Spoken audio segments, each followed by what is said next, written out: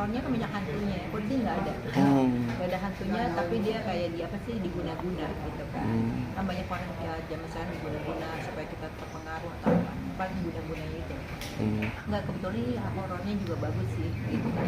Maksudnya kalau horor yang lain kan maksudnya ada kuntilanak atau apa, ini enggak. Jadi dia itu kita pilih genre ini karena ada alurnya, benang merah itu nyambung gitu kan.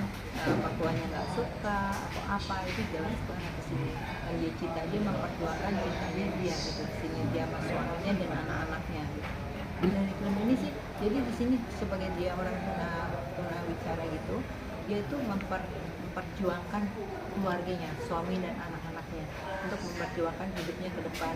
Jadi di sini saya ambil positif banget ya, gimana si Pak Anto juga suaminya itu dia bisa dia bisa mengikuti istrinya, jadi tidak mengharapkan warisan dari keluarganya.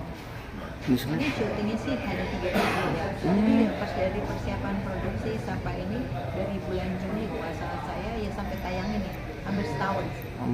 Film ini saya lihat sih mungkin Bang Deddy juga beritanya kayak maupun alhamdulillah lancar ya. Dengan itu kita masuk ke 21 juga alhamdulillah diterima oleh 21 gitu. Ini sih Bang Deddy juga ya, waktu dia diskusi juga sama saya. Jadi dilihat benar-benar misalnya kayak jadi Mesya Amira itu, kita lihat juga dia kan maksudnya benar-benar nggak cocok nih di orang kota, jadi cocok dengan karakter dia jadi ya orang kampung yang lugu gitu kan begitu. Dan mantonya juga kita lihat dia cukup ini ya, kelihatannya benar-benar sebagai orang yang istilahnya orang konglomerat atau apa, tapi dia bisa mengerti dan cinta sama Juminten itu, dimana ternyata itu ibunya Juminten itu sama bapaknya si Manto itu dulu pernah ada kisah tersendiri gitu. Jadi cerita itu complicated tapi seru banget. Itu juga banyak sih, gitu sih banyak. Cuman di sini lebih kelihatan lagi kalau si Jumintennya itu ya karena dibunuh kayak masuk roh gitu, ke jiwanya dia, roh kakeknya. Karena kakeknya itu memang dia itu buas dukun gitu. Dia adalah drama dan horor jadi satu. Ini sesuatu yang lain ya, kalau dilihat benar-benar bukan horor yang benar-benar ini horor banget, natural gitu. Ini film Kebetulan saya bikin film pertama kali identitas sama Pak Deddy Miswar. Dia yang menyuruh saya bikin film jadi produser film. Nah itu beda. Jadi ceritanya yang itu kan film India, tapi waktu itu sampai dia dapat 7 Piala Citra. Pertama kali saya bikin film 7 Piala Citra. Saya berdua sama Bang Deddy Miswar. Terus saya bikin juga sama Ibu semua.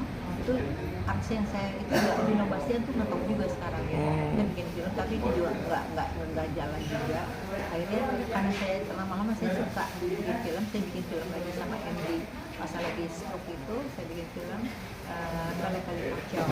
Kualitas posnya itu mereka dia bilang nggak bagus itu, ternyata lumayan gitu kan. Itu karena beda, karena film horor itu tayangnya bulan Ramadan aja, jadi dia agak kurang gitu kan. Ya terus pas Bang Deddy bilang nawar saya kerjasama, saya tertarik sih.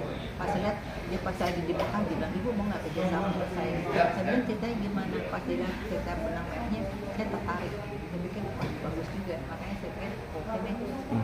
Ini kita bisa kerjasama. Saya bodo sama dia aja. Kesehatan saya masih berobat, saya masih ke CC. Terus juga saya tadinya, tapi untuk dokter saya udah ya, terakhir saya ke Singapura, saya ke Timothy Lee, ke Glen Eagle. Katanya secara itu semua saya udah sembuh, tapi memang karena time-nya udah telat waktu saya berobat itu, jadi golden hour-nya belum bilang, jadi istilahnya di sini udah maksimum gitu kan. Jadi ternyata saya juga masih ini, tapi saya pikir saya jalanin aja. Tadi saya cuma pikir saya mau ngapain gitu ya, tapi saya nikmatin. Terus sampai akhirnya saya ketemu lagi orang yang bisa ngobatin saya, sampai ada seorang konglomerat mengajak saya, ibu coba ketemu sama profesor. Dan akhirnya profesor itu ngajak saya ke Guangzhou. Jadi saya mungkin akan berobat ke sana setelah film ini. Sebulan saya akan di China. Bismillah doain. tapi kalau Iya, tadinya masih sih kayak melodipin aja, tapi sekarang saya lebih banyak untuk nguatin otot-otot itu. Jadi prosesnya nggak, saya paling ya sekali-sekali aja paling saya pilates, paling nge-gym. Iya, terus terang sih emang ngurangin juga. Makanya sekarang saya kan tadinya saya orangnya sibuk banget ya. Tapi teman-teman saja banyak yang mendukung saya, makanya saya bikin film juga. Tapi akhirnya ada beberapa teman saya juga bilang dia senang juga ngeliat saya tuh saya bekerja sekarang apa yang saya suka saya jalani gitu, daripada kita kerja yang kita nggak suka. Jadi kayak saya bikin kafe, jadi saya suka saya bikin. Tadi saya juga punya klinik, tapi akhirnya saya bikin film, saya lebih tertantang bikin film karena dunianya nyambung sama kerjaan saya. Karena saya juga masih advertising, punya agensi gitu kan, masih juga punya produk juga kayak gitu. Dan insya Allah doain ya, mungkin saya sama bisa juga berobat, saya juga mau bikin film drama insya Allah. Karena saya sebenarnya liputan dan ini diterima sama seluruh rakyat Indonesia ya, karena ini suatu horor yang lain banget dan dimana ini mempunyai makna dan faedah buat siapapun yang nonton film ini. Pasti pas pulang nonton pasti kita dapat mendapatkan sesuatu yang dari film ini ya, dan itu jelas banget. Dan kita ini bisa nggak jelas ya, oh ini jelas banget maksudnya karakternya, terus dari awalnya gitu udah jelas banget ya, sampai di sini akhirnya yang Eden tuh siapa tuh kelihatan banget. Yang Eden tuh ternyata orang yang sehat itu Eden semua, bukan filmnya. Seru deh.